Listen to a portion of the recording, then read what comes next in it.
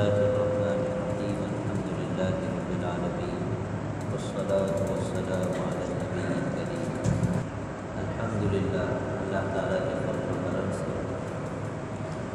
ہماری سورہ بلد کی تفسیر چل رہی ہے اور 16 آیتوں کی تفسیر مکمل ہو گئی تھی اور 17ویں آیت کی تفسیر چل رہی تھی۔ اس آیت میں اللہ تعالیٰ نے فرمایا ثم كان من الذين آمنوا وتواصوا بالصبر وتواصوا بالمرحمة کہ کافر جو ہے ان لوگوں میں شامل نہیں ہوا جو ایمان لائے وتواصوا بالصبر اور جنہوں نے ایک دوسرے کو صبر کی تاکید کی وتواصوا بالمرحمة اور جنہوں نے ایک دوسرے کو رحم کھانے کی تاکید کی۔ اس آیت میں آپ سے یہ بات عرض کی گئی تھی کہ اللہ تعالیٰ نے ایک خاص سسٹم جو ہے دین کو باقی رکھنے کا اپنی زندگی میں بھی سماج اور معاشرے کی زندگی میں بھی دین کے باقی رکھنے کا جو ایک خاص سسٹم ہے اس کو ذکر کیا ہے۔ پہلا اسٹیپ تو یہ ہے کہ آدمی ایمان لائے، کیا لائے، اور دوسرا اسٹیپ یہ ہے ایمان پر اچھا عمل کرے، اور دوسرا اسٹیپ ہے کہ خود اعمال کرنے کے ساتھ ساتھ دوسروں کو بھی اس کی تاکید کرتا ہے۔ تو لفظ استعمال کیا ہے جیسا کہ کل آپ کے سامنے عرض کیا تھا تواصی۔ تواصی کا مطلب ہوتا ہے ایک دوسرے سے کوئی بات کہتے ہیں، تاکید کرتے ہیں۔ اب یہ تین لفظ استعمال کرتا ہے قرآن، تواصی بالحق یعنی اچھے کاموں کا حکم دیتے رہنا، نماز پڑھو، زکوٰۃ ادا کرو، جی حج کرو، غریبوں کی مدد کرو، جی یہ سب چیزیں۔ تواصوا بالصبر، تواصی بالصبر اس کا مطلب یہ ہے کہ لوگوں کو کہا جائے کہ آپ نیکی کر رہے ہو تو نیکی پر جمے بھی رہو۔ یہ نہیں کہ رمضان میں نیکی کی اور رمضان کے بعد مسجد کو السلام علیکم، ایسا ہے۔ تو جیسے رمضان میں دوستی کر لی ہے اللہ کے ساتھ، تو یہ دوستی کہاں تک چلنی چاہیے؟ مرتے دم تک۔ اس لیے کہ ہمیں صرف رمضان میں عبادت کا حکم تھوڑی دی ہے، قرآن تو کہتا ہے وَاعْبُدْ رَبَّكَ حَتَّىٰ يَأْتِيَكَ الْيَقِينُ کہ اپنے رب کی عبادت کرتے رہو یہاں تک کہ تمہیں موت آ جائے، یہاں تک عبادت کا حکم دی ہے۔ تو رمضان میں عبادت کر لینا۔ تو اب تواصی بالصبر ہمارے لیے کیا ہے کہ جیسے رمضان میں تہجد کی ترتیب بن گئی، رمضان میں تلاوت کی ترتیب بن گئی، رمضان میں فون کو السلام علیکم کہہ دیا ہم نے، جی یہ السلام علیکم چھوڑنے کے لیے، کس کے لیے؟ دوستی کرنے کے لیے، تو اس کو چھوڑ دیا ہم نے۔ اور اسی طرح جو ہے کھانے چھوڑ دیے ہم نے، غلط تعلقات چھوڑ دیے ہم نے۔ تو اب ہے تواصی بالصبر علی الطاعات، جو نیکی کر رہے ہو اس پر جمے رہو، الصبر عن المعصیات جو گناہ چھوڑ دیے اب اس پر جمے رہو، اب دوبارہ اس گناہ کی طرف لوٹ کر مت جاؤ۔ کوئی تکلیف آ گئی، الصبر علی الآفات، تو ان تکلیفوں پر صبر کریں۔ کیا کریں؟ صبر۔ کسی کا انتقال ہو گیا، کوئی بیمار ہو گیا، بزنس ٹھپ ہو گیا، یا کوئی مالی نقصان ہو گیا، ایکسیڈنٹ ہو گیا، تو ان سب چیزوں پر کیا کرے؟ صبر۔ انا للہ و انا الیہ راجعون، بس اتنا ہی۔ اللہ کو یہ منظور تھا، ہو گیا، بس اب کچھ نہیں کر سکتا۔ تو یہ ہے تواصی بالحق، تواصی بالصبر۔ صبر میں یہ چیزیں آئی، نیکی پر جمو، گناہوں سے دور رہو، اور مصیبت آ جائے تو اس پر کیا کرو؟ صبر کرو، الٹی سیدھی شکایت اللہ سے۔ تیسری چیز ہے جو آ جائے گی، کل میں نے آپ کو تواصی بالصبر کے بارے میں ایک چند باتیں کہی تھی کہ بھائی کسی کو دعوت دینی تو کس کو دیں گے؟ جو بالکل راہ سے بھٹکا ہوا ہے اس کو بھی دیں گے، جو دین پر جمع ہوا ہے اس کو بھی دیں گے، جی۔ اور گھر میں ہماری بہن ہے، بھائی ہے، جی اولاد ہے، سب کو دیں گے۔ اور اس میں نے کہا تھا کہ یسروا ولا تعسروا، بھائی اچھے انداز میں دو، محبت بھرے انداز میں دو، سخت الفاظ استعمال مت کرو، برا انداز استعمال مت کرو کہ آپ کو کہاں سے دور ہو جائے، دین سے دور۔ یہ سب باتیں بتائیں۔ جیسے ایک مرتبہ حضور اکرم صلی اللہ علیہ وسلم کے سامنے حضرت عبداللہ ابن عمر رضی اللہ عنہ کا ایک خواب بیان کیا۔ آپ صلی اللہ علیہ وسلم کی بیوی محترمہ حضرت حفصہ، کس نے؟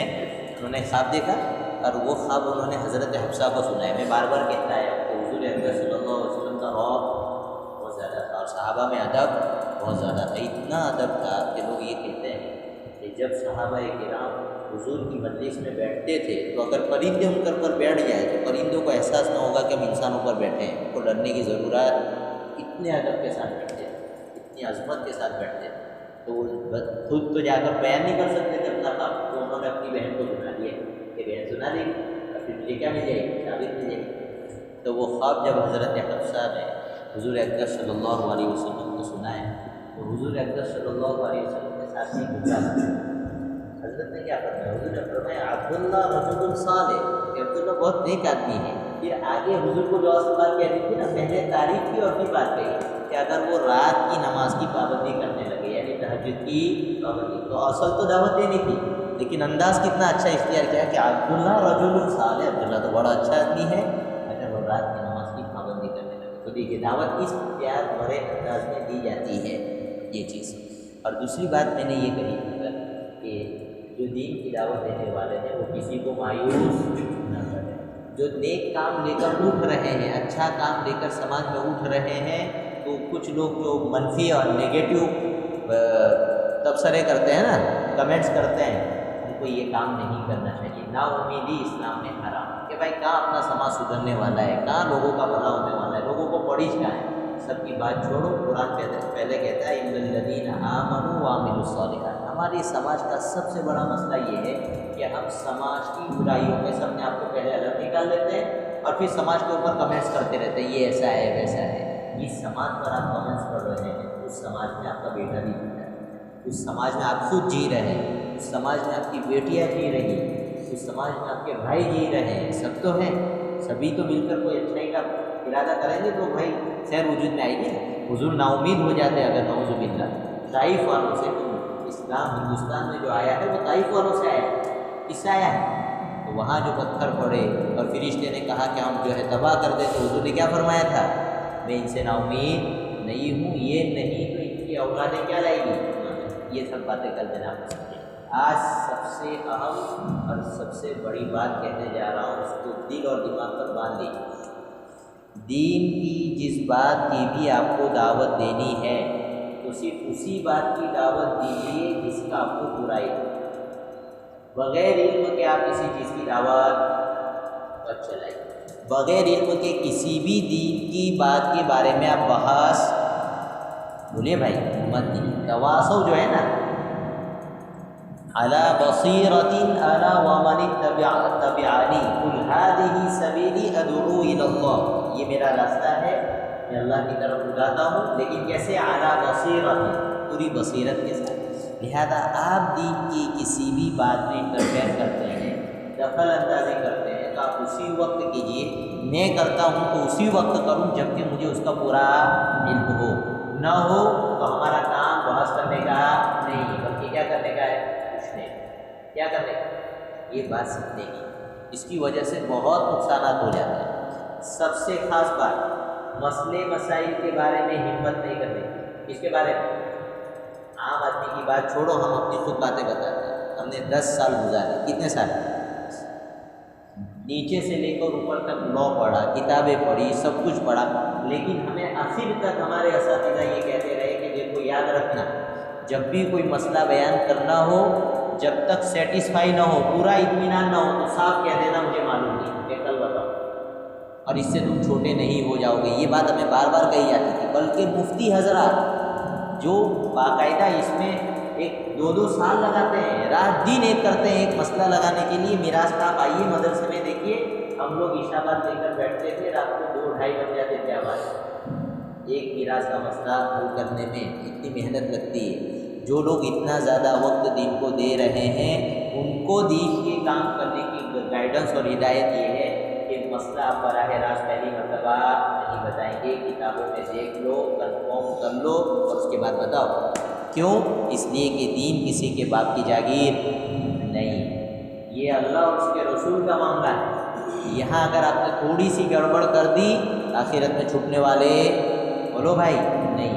یہ تو بہت مشہور مسئلہ نہیں ہے، کوئی نیا مسئلہ آ گیا جی، اور آپ کو کسی نے پوچھ لیا، آپ وہاں کہیں مشہور ہیں کہ بھائی یہ تو بہت بڑے عالم ہیں، تو اپنی شہرت کی وجہ سے آدمی غلط مسئلہ، اگر اس کے دل میں اللہ اور اس کے رسول کا خوف ہے، وہ صاحب کہہ دے گا مجھے معلوم نہیں ہے، میں کل دیکھ کر بتاؤں گا۔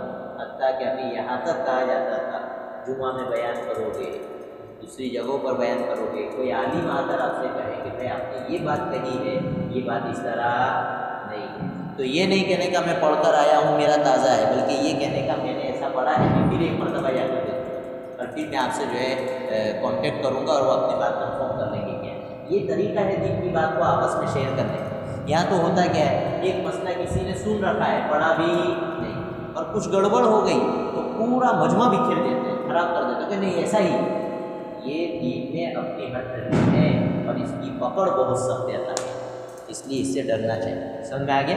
اس سے کیا کرنا چاہیے؟ ڈرنا۔ ہمارا کام ہے پوچھنے کا، بھائی کوئی کسی چیز میں شک ہو گیا ہم جا کر پوچھیں، کسی نے کوئی مسئلہ بیان کر دیا آپ کو اس کے علاوہ معلوم ہے تو آپ اکیلے میں جائیے اور پوچھیے کہ بھائی مجھے تو اس طرح معلوم ہے، آپ اس طرح کہہ رہے تھے، چلو کنفرم کرتے ہیں۔ یہ طریقہ جو تواصوا بالحق و تواصوا بالصبر کہ آپ کسی چیز کی دعوت دیتے ہیں آپ کو کنفرم ہونا چاہیے، نہیں ہے کہ آپ اس کی دعوت نہ دیں، پہلے سیکھے بعد میں دیں۔ بھائی سمجھ میں آ گیا اچھی طرح؟ خاصتاً کس میں؟ مسئلے مسائل میں، ڈائریکٹ اپنی جیب میں سے نکال کر دینے کا نہیں۔ مثلاً ایک بات سمجھیں، دنیا کا کوئی سیریس مسئلہ ہو اور کوئی آدمی قانون کے بارے میں آپ سے آ کر پوچھ رہا ہے اور آپ کو پتہ ہے کہ اگر میں اس کو بتا دوں گا تو یہ میرے ریفرنس کے ساتھ آگے بیان کرے گا اور پولیس اٹھ کر سیدھی کہاں آئے گی؟ میرے یہاں پر۔ تو بتاؤ آپ کو پتا ہوگا پھر بھی ہمت کریں گے بتانے کی؟ نہیں۔ کیوں؟ آپ کو ڈر ہے کہ بھائی کچھ گڑبڑ ہو گئی تو پوری مصیبت مفت کی میں پالوں گا۔ جی مسئلے مسائل کا مسئلہ ایسا ہی، کسی بیچارے غریب نے جس کو مسئلہ معلوم نہیں تھا آپ کو پوچھ لیے، اب آپ نے بتا دیا، آپ دین میں مشہور ہے، اس نے سمجھا کہ یہ تو صحیح جانتا ہے، اب اس نے عمل کر لیا حالانکہ وہ غلط تھا تو وہ تو چھوٹا بیچ میں سے، اور پٹائی ہماری ہوگی تو خامخواہ ایسی مصیبت آدمی کیوں مول لے؟ اس لیے نیکی کرے تو ڈھنگ کی کرے۔ تو یہ ہے وتواصوا بالصبر، ایک دوسرے کو حق کی تاکید کرے، جی خیر کی تاکید کرے، تو اس میں اس بات کا بھی خیال رکھے کہ اس چیز کا کیا ہونا چاہیے؟ پورا علم ہونا چاہیے۔ جی دوسری یہ بات جو اب مجھے وتواصوا بالحق کے طور پر کہنی ہے، تفسیر تو مکمل ہوئی ہے لیکن ایک بات، ہمارا دین ہمارے لیے سب سے قیمتی چیز کیا ہے؟ سب سے قیمتی چیز دنیا میں سب سے قیمتی چیز آدمی مال کو سمجھتا ہے، پیسے کو سمجھتا ہے، سونے کو سمجھتا ہے۔ اگر کسی آدمی کے پاس آدمی کو پیسہ رکھنا ہو تو وہ لوگ جن کو دن رات اٹھتے بیٹھتے اپنے ارد گرد آدمی دیکھتا ہے ان میں سے بھی کسی کو دینے سے پہلے آدمی 10 مرتبہ مشورہ کرتا ہے، یار اس کو دوں یہ کیسا ہے، مجھے سال کے بعد لوٹائے گا کہ نہیں لوٹائے گا، پوچھتا ہے کہ نہیں پوچھتا ہے؟ کہیں جانا ہو، کہیں چند دنوں کے لیے بھی اپنی رقم رکھنی ہو تو آدمی بہت سوچ سمجھ کر دیتا ہے، حالانکہ یہ کیا ہے، یہ تو یقین ختم ہو جائے گا۔ اور یاد رکھو ایمان کیا ہے؟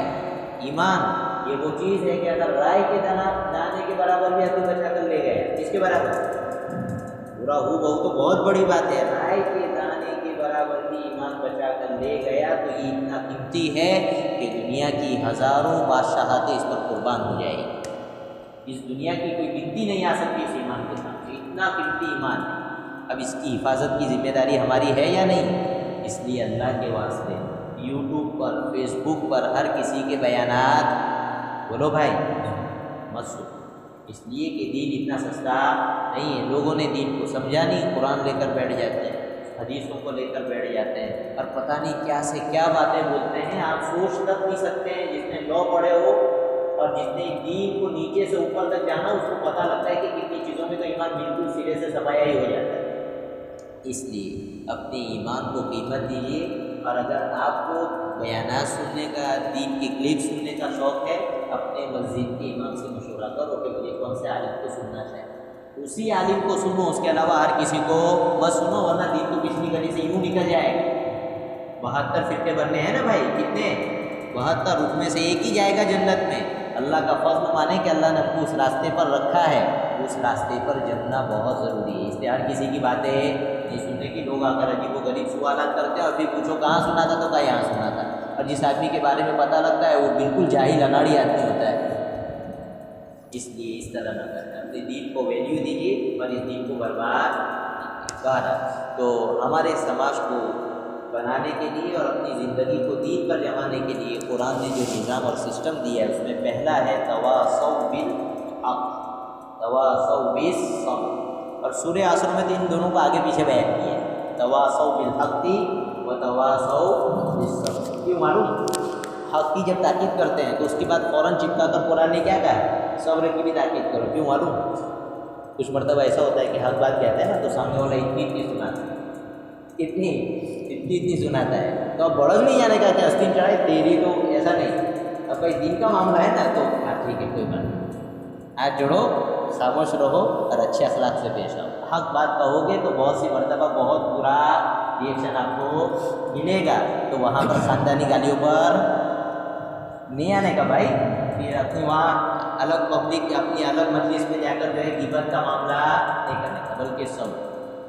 وہاں الیاس صاحب رحمۃ اللہ علیہ کے بارے میں یا کسی اور کے بارے میں آتا ہے کہ بھائی انہوں نے کسی کو دعوت دی اور سامنے والے کو غصہ آ گیا، پتہ نہیں جاہل اناڑی بالکل گاؤں کا دیہات کیا جوڑ کر تماچا لگا دیا، وہ تو بیچارے بے ہوش ہو گئے، اس کا تماچا کھاتے ہی نہیں آیا سمجھ، پھر اٹھے، پھر اس کو دین کی دعوت دینے لگے، تو اس کو تعجب ہوا یار اس آدمی کو کیا پڑی ہے، تو اس کے دل میں اتری کہ عجیب آدمی ہے کہ میں نے تھپڑ لگا دیا، اگر اس کی کوئی غرض ہوتی تو یہ ابھی تک بھاگ گیا ہوتا، لیکن پھر انہوں نے دین کی دعوت دی تو اس کے دل پر لگی کہ نہیں یہ آدمی مفلس ہے میرے لیے، تو آدمی سدھر گیا، اللہ کے نام سے۔ تو قرآن جو سسٹم بیان کرتا ہے نا اس میں بھلا ہی بھلا ہے، خیر ہی خیر، تو یہ ہے کہ جب حق کی بات کہو گے تو بہت سی مرتبہ کیا ہوگا، برا ریئیکشن ملے گا، تو وتواصوا بالصبر، کیا کرو، صبر کرو بھائی، یہ نہیں کہ بڑھک گئے۔ اور اسی طرح ہمیں بہت سی مرتبہ کوئی اچھی بات کہتا ہے تو برا لگتا ہے اور جی چاہتا ہے کہ اس کو دو چار سنا، نہیں آیا سر، اس لیے کہ کبھی سامنے والا سچویشن کی رعایت نہیں کرتا کہ میں کس سچویشن میں ہوں جی، یا کبھی یہ کہ اس کے الفاظ ٹھیک نہیں ہوتے، کبھی انداز ٹھیک نہیں ہوتا ہے، تو یہ سب چیزیں بری لگتی ہیں، تو کہہ رہے ہیں دین کی بات تو سنا رہا ہے نا بھائی، بس اسی کی لاج رکھ لیں اور صبر کر لیں، سن لیں، ٹھیک ہے جزاک اللہ، نہیں آیا سر، تو یہ سسٹم ہے وتواصوا بالحق وتواصوا بالصبر۔ اب آپ تیسرے نمبر پر ہے وتواصوا بالمرحمہ، کیا ہے تواصوا بالحق، یہ سورہ عصر میں آیا، میں نے ساتھ میں سمجھا دی، اور یہاں پر ہے وتواصوا بالصبر اور وتواصوا بالمرحمہ، اس کا ترجمہ ہے ایک دوسرے کو رحم کی تاکید کرتے ہیں، کس کی، رحم کی تاکید کر رہے ہیں، رحم کھانا، رحم کا مطلب کیا ہے، رحم کا مطلب ہے کہ ہر کسی کے لیے خیر، بھلائی اور نفع کا سوچنا کہ میری وجہ سے کسی مسلمان بھائی کو کیا ملے، خیر ملے، نفع پہنچے، اس کو حضور نے فرمایا تھا خیر الناس ینفع الناس، لوگوں میں سب سے اچھا آدمی وہ ہے جو لوگوں کو نفع پہنچائے، یہ لوگوں میں سب سے اچھا ہے، تو یہ ہماری شریعت کا اور ہمارے ایمان کا بہت بڑا حصہ ہے، کیا، رحم۔ اس سے پہلے بھی میں نے کہا تھا کہ اصل رحم کا ہوتا ہے ایمان والوں میں ہوتا ہے، اس لیے کہ اوپر سے ٹرانسفر ہو کر اوپر سے جو ہے منتقل ہو کر آتا ہے رحم، یہ کتنا اہم ہے تو میں آگے جا کر حدیث سے سناؤں گا تو آپ کو پتہ لگے گا کہ رحم کی اہمیت کیا ہے، لیکن ایک بات سمجھ لیجیے، ہمارے سماج میں جتنی برائیاں پھیلی ہوئی ہے نا اور جتنے لڑائی جھگڑے اور اڈے ہیں، ان سب کی بنیاد رحم کا نہ ہوتا ہے، میراث تقسیم نہیں ہوتی ہے تو اس کے پیچھے جو ہے رحم کی کمی ہوتی ہے، اس کی جس باپ جس بھائی کو اپنی بہن کے ساتھ بہت زیادہ پیار اور رحمت اور اسے خیال ہو کہ میری بہن کو کوئی تکلیف نہ پہنچے، بتاؤ بھائی وہ دبا کر بیٹھا رہے جی، قرضہ لینے والا قرضہ لے کر غائب، مارکیٹ سے بندہ ہی غائب ہے، مل ہی نہیں رہا ہے، ملاقات ہی نہیں ہو رہی آدمی کی، تو یہ اسی وجہ سے ہو رہا ہے کہ آدمی کو اس بات کا احساس نہیں ہے کہ میری وجہ سے کسی بندے کو کوئی تکلیف نہ پہنچے۔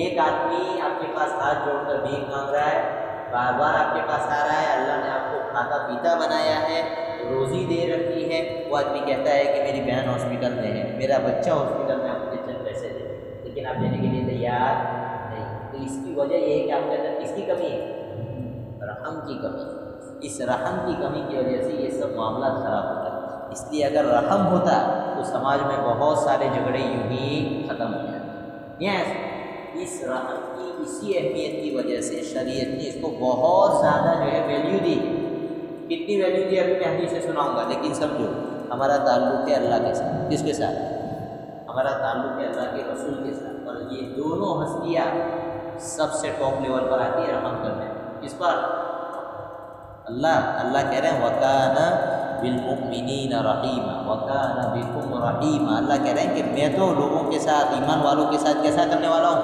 بہت زیادہ رحم کرنے والا ہوں۔ ہمارا رحم اور اللہ کا رحم الگ ہوتا ہے، اللہ کا رحم مطلب یہ ہے کہ اللہ آپ ہم نے گناہ کیے، کیا کیے بھائی، بولو نے گناہ کیے، اب اب 70 سال کا بوڑھا بھی جا کر ہاتھ اٹھائے گا نا تو اللہ فوراً کیا کر دیں گے؟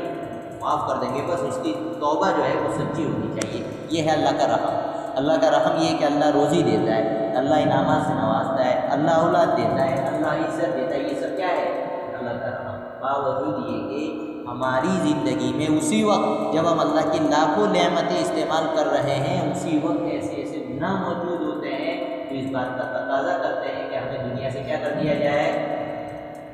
ختم کر دیا جائے. لیکن ان سب چیزوں کو باوجود اللہ تعالیٰ ہمیں نعمتیں دیتا ہے. یہ کیا ہے؟ اللہ کا رحم. کتنا رحم والا ہے اللہ. دیکھیے حضور اکرم صلی اللہ علیہ وسلم نے ایک مثال سے سمجھایا. ایک مرتبہ ایسا ہوا کہ چند قیدیوں کو لے کر مدینہ میں لایا گیا. یہ حنین کے قیدی تھے شاید. ایک عورت کا بچہ جو ہے وہ گم گیا. بڑا مجمع تھا تو بچہ گم گیا. تو وہ عورتوں کو دودھ پیتا بچہ ہوتا ہے نا, تو بھائی دودھ جمع ہونے سے شادی میں تکلیف ہونے لگتی ہے. تو اس نے کیا کیا کہ وہ جو بھی بچہ دکھتا تھا اس کو دودھ پلانا شروع کر دیا. جو دکھا اس کو دودھ. اسی درمیان میں وہ پریشان بھی تھی, اپنے بچے کو ڈھونڈ بھی رہی تھی اور تکلیف کی وجہ سے ہر بچے کو دودھ بھی پلا رہی. اچانک اس کو اپنا بچہ مل گیا. کیسا؟ تو بچہ ملا. حضور نے معاملہ دیکھا, صحابہ بھی موجود تھے, صحابہ بھی دیکھ رہے تھے. حضور اکرم صلی اللہ علیہ وسلم, اور اس نے جیسے ہی دیکھا اپنا بچہ بچھڑا ہوا, سینے سے لگایا, چوما چاٹا, دودھ پلانا شروع کیا. جب یہ دیکھا تو حضور اکرم صلی اللہ علیہ وسلم نے صحابہ کرام سے پوچھا. یہ ایک خاص انداز کا بات سمجھانے کا حضور کا. صحابہ سے پوچھا کہ تمہارا کیا خیال ہے, یہ عورت اگر اس کا بس چلے, یعنی اس کے اختیار میں ہو, اس کو مجبور نہ کیا جائے؟ نہیں, بلکہ حضور نے یہ پوچھا کہ بھائی یہ عورت اپنے اس بچے کو آگ میں ڈال دے گی؟ تو صحابہ کرام نے کہا کہ اگر اس کے اختیار میں ہو تو یہ کبھی نہیں ڈالے گی. کیوں ڈالے گی جب یہ اتنا پیار کر دی؟ اس وقت حضور اکرم صلی اللہ علیہ وسلم سے پیار بھرا جملہ سنایا, لَاللَّهُ أَرْحَمُ بِعِبَادِهِ بِوَالِدَتِهِ مِنْ وَلَدِهَا. کہ لوگوں صحابہ کو سنائے کہ وہ سنو, اللہ تعالیٰ اپنے بندوں پر اس ماں کے اپنے بچے پر رحم کرنے سے زیادہ رحم کرنے والا ہے. اتنی بڑی بات ہے. ایک مرتبہ ایسا ہوا, ایک صحابہ ہے حضور اکرم صلی اللہ علیہ وسلم کے پاس, ان کے پاس بچہ تھا, یضمہ الیہ, وہ اس کو سینے سے چمٹا کر اور بوسے دے کر پیار بھرے انداز میں لے کر آ رہے تھے. حضور کے پاس آئے تو حضور نے پوچھا اترحمہ, کہ کیا اس کے ساتھ جو محبت ہے آپ کو, اس کی وجہ سے آپ کو اس کے ساتھ اس پر رحم آتا ہے, آپ پیار کر رہے ہیں؟ کہا ہاں مجھے تو رحم آ رہا ہے, میرا بچہ ہے. تو اللہ تعالیٰ نے حضور اکرم صلی اللہ علیہ وسلم نے فرمایا اللہ ارحم بک منک بہذا, منک منہ, جی, او کما قال علیہ الصلوۃ والسلام, کہ سنو اللہ تعالیٰ تم پر, تمہارے اپنے بچے پر رحم کرنے سے زیادہ رحم کرنے والا ہے. یعنی ہم اپنے بچوں کے ساتھ جو رحم کا معاملہ کرتے ہیں, جو محبت کا معاملہ کرتے ہیں, اس سے زیادہ کون؟ اللہ اپنے بندوں پر رحم کرنے والا ہے. بتاؤ بھائی, نا امید ہونے کی بات ہے؟ اتنا بڑا رب اللہ تعالیٰ ہمیں ملا ہوا, بہت بڑی نعمت ہے. یہ تو اللہ کا معاملہ ہے کہ اللہ بندوں سے اتنی محبت کرتے ہیں. حضور اکرم صلی اللہ علیہ وسلم کا معاملہ کیا تھا؟ حضور اکرم صلی اللہ علیہ وسلم کا معاملہ رحم کے معاملے میں یہ تھا کہ حضور کے بارے میں آتا ہے, خود حضور نے فرمایا, حضور نے کئی اپنے نام بتائے. حضور نے فرمایا انا محمد, انا احمد, انا المقفع, انا الحاشر. وہیں حضور نے فرمایا انا نبی رحمت, کہ میں نبی رحمت بنا کر بھیجا گیا. کیسا؟ سب کے لیے رحمت کا ذریعہ بنا کر, کیا مسلم, کیا کافر, کیا جانور, سب کے لیے کیا بنایا اللہ نے؟ رحمت کا ذریعہ اور سبب بنایا. کس کو؟ بولو بھائی, حضور اکرم صلی اللہ علیہ وسلم کو. انا رحمت مہدات, رحمت والے تھے حضور. اسی لیے قرآن نے کہا وما ارسلناک الا رحمتا للعالمین, کہ ہم نے جو ہے آپ کو تمام عالم کے لیے رحمت بنا کر بھیجا ہے. یہی وجہ تھی کہ جس آدمی کا ایک مرتبہ بھی حضور کے ساتھ کوئی معاملہ بن جاتا تھا نا, تو وہ حضور سے دل و جان سے محبت کرنے لگتا. کیوں؟ آپ میں رحمت ٹوٹ ٹوٹ کر بھری ہوئی تھی, اور خاصتاً چھوٹے بچوں اور اپنے گھر والوں کے ساتھ بہت زیادہ رحم کرنے والے تھے. کون؟ حضور اکرم صلی اللہ علیہ وسلم. آتا ہے حدیث میں کان ارحم الناس بالصغار والعیال, چھوٹے بچوں کے ساتھ اتنا زیادہ پیار کرنے والے تھے کہ یوں چھوٹے بچے گلیوں میں کھیلتے تھے تو حضور یوں بیٹھ جاتے تھے ہاتھ ملا کر, اور چھوٹے بچے بھاگ کر آ کر چمڑ جاتے تھے حضور سے. اتنا زیادہ پیار کرتے تھے. کسی کو یہاں بٹھا لیا, کسی کو سر پر بٹھا لیا, عجیب و غریب محبت. چھوٹے بچوں کے ساتھ حضور کو تھی، اسی لیے ہمیں چھوٹے بچوں کے ساتھ شفقت کا معاملہ کرنا چاہیے، سختی کا معاملہ نہیں کرنا چاہیے۔ حضور نے تو صاحب یہ کہہ دیا ہے لیس منا من لم یرحم صغیرنا ولم یوقر کبیرنا فلیس منا، کہ جو ہمارے چھوٹوں پر رحم نہ کرے اور ہمارے بڑوں کا رسپیکٹ نہ کرے، ایسا آدمی ہم سے کوئی تعلق نہیں رکھتا ہے، حضور نے صاحب کہتے ہیں۔ اس لیے اپنے خاندان میں جی چھوٹے بچے آتے ہیں، اب اسے ہوتا ہے کیا ہے کہ والدین کو ایک بچے سے تو محبت ہے تو اس کے پوترے بہت والے، ایک بچے سے اس کی لائف اسٹائل اور اس کے رہنے کا مزاج پسند نہیں ہے تو اس کے بچے آتے ہیں نا تو پھر عورتیں گڑبڑ مچاتی ہیں، بیچارے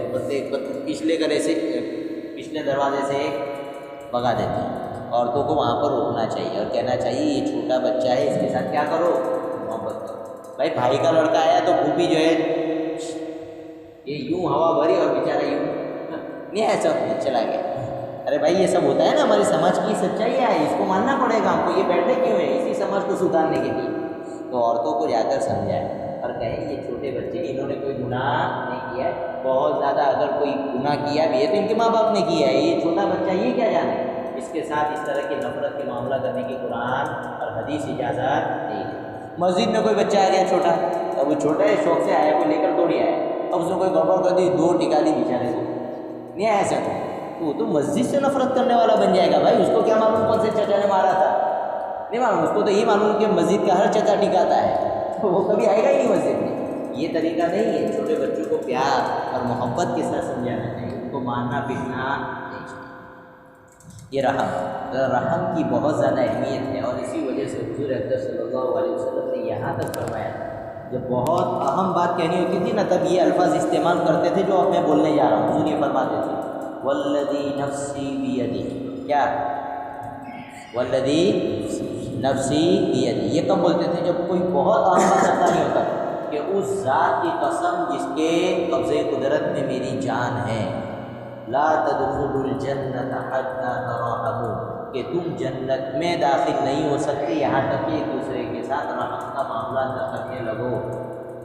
کتنی بڑی بات۔ دوسری جگہ حضور نے فرمایا والذی نفسی بیدی لا يدخل الجنۃ الا رحیم، میری اس ذات کی قسم جس کے قبضے قدرت میں میری جان ہے، جنت میں رحم کرنے والا ہی داخل ہوگا۔ کتنی بڑی بات کہہ رہے ہیں حضور۔ ایک جگہ پر حضور نے فرمایا والذی نفسی بیدی لا یضع رحمتہ الا علی رحیم، کہ اللہ تعالیٰ اپنے رحمت کو صرف رحم کرنے والے پر ہی تقسیم کرتے ہیں، کسی اور پر نہیں۔ تو صحابہ نے جب یہ بات سنی تو صحابہ نے کہا کہ یا رسول اللہ کلنا رحیم، کلنا رحماء، کلنا یرحم، کہ حضور ہم میں سے ہر آدمی جو ہے رحم کرنے والا ہے۔ تو حضور نے فرمایا انہ لیس برحمت احدکم بصاحبہ، کہ یہاں میں جو ہے اپنی پہچان والوں کی رحمت کا معاملے کی بات نہیں کر رہا ہوں۔ بیٹا جو ہے باپ کے ساتھ، باپ بیٹے کے ساتھ، بیوی بہن کے ساتھ، بیوی جو ہے شوہر کے ساتھ، ماں بیٹی کے ساتھ، بہن بھائی کے ساتھ، یہ تو کرتے ہی یہ لوگ۔ حضور نے کہا کہ میں جو یہاں بات کر رہا ہوں وہ ہے ولیکن الرحمۃ العام، کہ سب کے ساتھ اچھا سلوک کیا جائے، سب کے ساتھ رحمت کا سلوک کیا جائے۔ میں اس رحمت کی بات کر رہا ہوں کہ ایسی رحمت اپنے سماج، اپنے معاشرے میں پیدا کرو۔ آپ مجھے نہیں پہچانتے، میں آپ کو نہیں پہچانتا ہوں، لیکن میں بائک پر آ رہا ہوں، آپ بوجھ لے کر کھڑے ہیں، آپ کو لمبا جانا ہے، آپ کو پتہ ہے، آپ بٹھا لو، آپ نہیں جانتے کہ یہ کون ہے، کوئی بات نہیں، لیکن رحم کا تقاضا ہے کہ کیا کرو، بٹھاؤ۔ ایک بستی ایک ہی راستہ گزر رہا ہے، آپ کو معلوم ہے کہ راستہ آگے تک جو ہے بہت لمبا چلے جا رہا ہے، بیچ میں کوئی کٹوٹ نہیں ہے، میری اور اس کی منزل ایک ہے، آپ نہیں پہچانتے، آپ رکیے، اس کو بٹھائیے اور لے کر جائیے، یہ رحم کا تقاضا ہے، چاہے آپ پہچانتے ہیں یا نہیں پہچانتے۔ یہ بہت بڑی چیز ہماری شریعت میں اللہ نے رکھی ہے بھائی، کرنے کی چیز ہے کہ نہیں؟ آپ نے دیکھا آپ راستے سے جا رہے ہیں جی، ارد بھرے ہائی وے پر جو ہے ایک آدمی گاڑی پنکچر ہونے کی وجہ سے رک گئے، اب آپ جا رہے ہیں اپنی پرسنل گاڑی لے کر جا رہے ہیں، آپ کو کوئی جلدی نہیں ہے، آپ گاڑی سائڈ میں لگائیے، آپ اس سے جا کر اس کی تکلیف پوچھیے، بھائی تکلیف کیا ہے، میں کوئی ہیلپ کر سکتا ہوں، آپ کا ٹائر لے کر میں 10-5 کلومیٹر دور اگر کوئی دکان ہے پنکچر کی وہاں لے جا کر بنوا کر لا سکتا ہوں، یہ کرنے کی چیز ہے، کرنے کی۔ یہ نہیں کہ ہر کوئی تماشا دیکھے، مومن کبھی کسی کا تماشا نہیں دیکھ سکتا، لیکن آج ہمارا سماج، ہمارا معاشرہ، ہماری رہنی سہنی اتنی خراب ہو چکی ہے کہ ہم اپنے بھائی کے تماشے دیکھ کر خوش ہوتے ہیں۔ یاد رکھیں